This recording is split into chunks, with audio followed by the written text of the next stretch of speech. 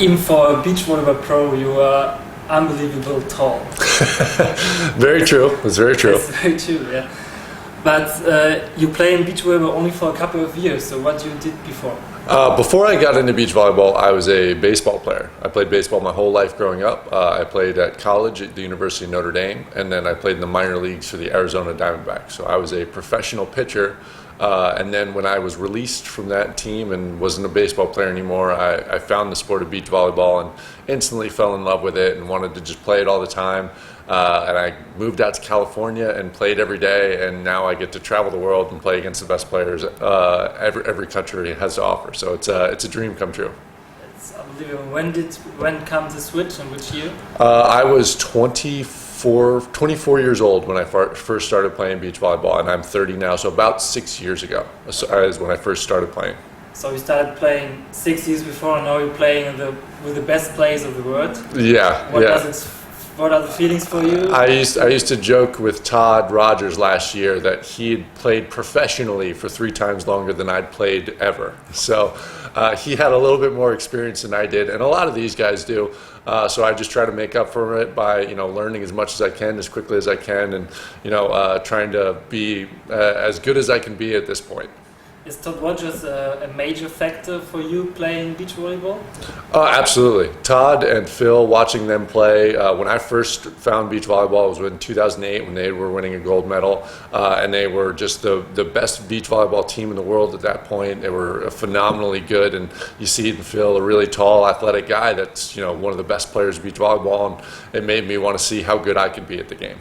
Do you think that there are some parallels between you and Phil Dahlhauser, because Todd was playing first with Phil, and you become one of the best players in the world, as you said, and now you started playing with Todd, and you become right. I would love for there to be parallels between me and Phil, because Phil, in my opinion, is the best beach volleyball player around right now. I don't think I've earned quite enough to be able to say that I'm on his level. I mean, he's won every tournament. He's as good as they come. So. Yeah, I would love to one day be able to say that I'm in the same category as Phil. Cool. And how hard you work for it, like you're playing now? So give me a feeling how often you train together with your partner alone, or you are in the gym or something. Right. When I first started playing beach volleyball, it was every day. I would work every afternoon, and I would go to the beach and play every morning. So I just wanted to be around it and play it as much as I possibly could. Now our workouts and our practices are a little bit more regimented because we have to try to peak at certain times and be able to really gel. So we train about 4 times a week in the mornings, and then we work out in the gym about 4 times a week as well. Okay. And you said that you worked before, but now you are only a professional beach volleyball player. That's right. I do nothing else. I used to be a pizza delivery driver. I used to be the guy who delivered pizzas to different people's houses. After I won my first big tournament, I quit my job as the pizza delivery guy because I didn't need the money anymore. Really? That's a great story. It's unbelievable. But you did something besides beach volleyball. You have a very famous in USA, very famous beach volleyball blog. It's called Tuesday with Avatare. Tuesdays with Avatare, yeah. I write that for the AVP website. Okay. So every Tuesday, as many Tuesdays as I can, sometimes because of travel, it's too difficult to get one in, I will interview a various AVP team and just kind of make jokes and be fun and give fans a chance to kind of get to know the players a little bit. Because when I was first starting out in volleyball, that was the part that I loved the most, was getting to know what the different players were like, and who's really funny and who's really serious, and all the different aspects of what it takes to be a professional beach volleyball player. So I think I've done a pretty good job of showing a different side of some of the players on tour. Why is your nickname Avatare? When I first got out to the beach, I moved to Huntington Beach, California, in Orange County, and nobody knew who I was. I was just some big, tall guy who would wander down the beach, and somebody made the joke, "Who brought the Avatar down here?" And since nobody knew my name, it stuck, and everybody just called me Avatar ever since. I don't mind it. I think it's a cool nickname. I like it. Yeah. Cool. I heard that you are a very funny person, because I talked to Phil Dahlhauser, and he wanted me to ask you how much money you got for jumping into a pond in The Hague.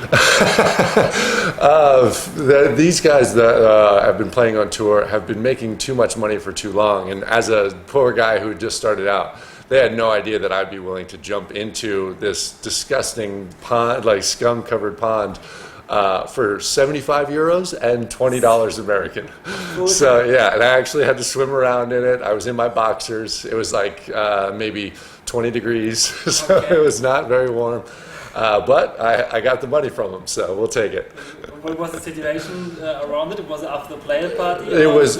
We were all walking back from dinner. A bunch of different American players: Jake Gibb, Sean Rosenthal, Phil Dahlhauser, and we saw this gross pond. And they said, "Wow, how much would it take for somebody to get in there?" And somebody started saying, like, "Oh, I'd do it for 100. I'd do it." I was like, "I'll do it for this," and everybody chipped in. And yep, I went for a little swim, and I got paid for it. Absolutely. Cool. So now you're playing since a few years beach volleyball, and I think that you have a major aim for playing this. Maybe it is a Rio 2016.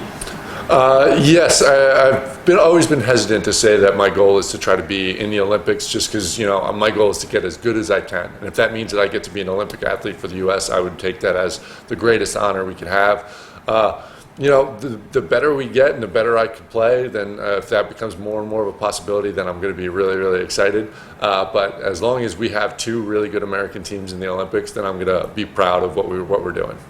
What would it means for you to play at the Olympics? Because in Germany it is the Olympics games stands over all of the tournaments.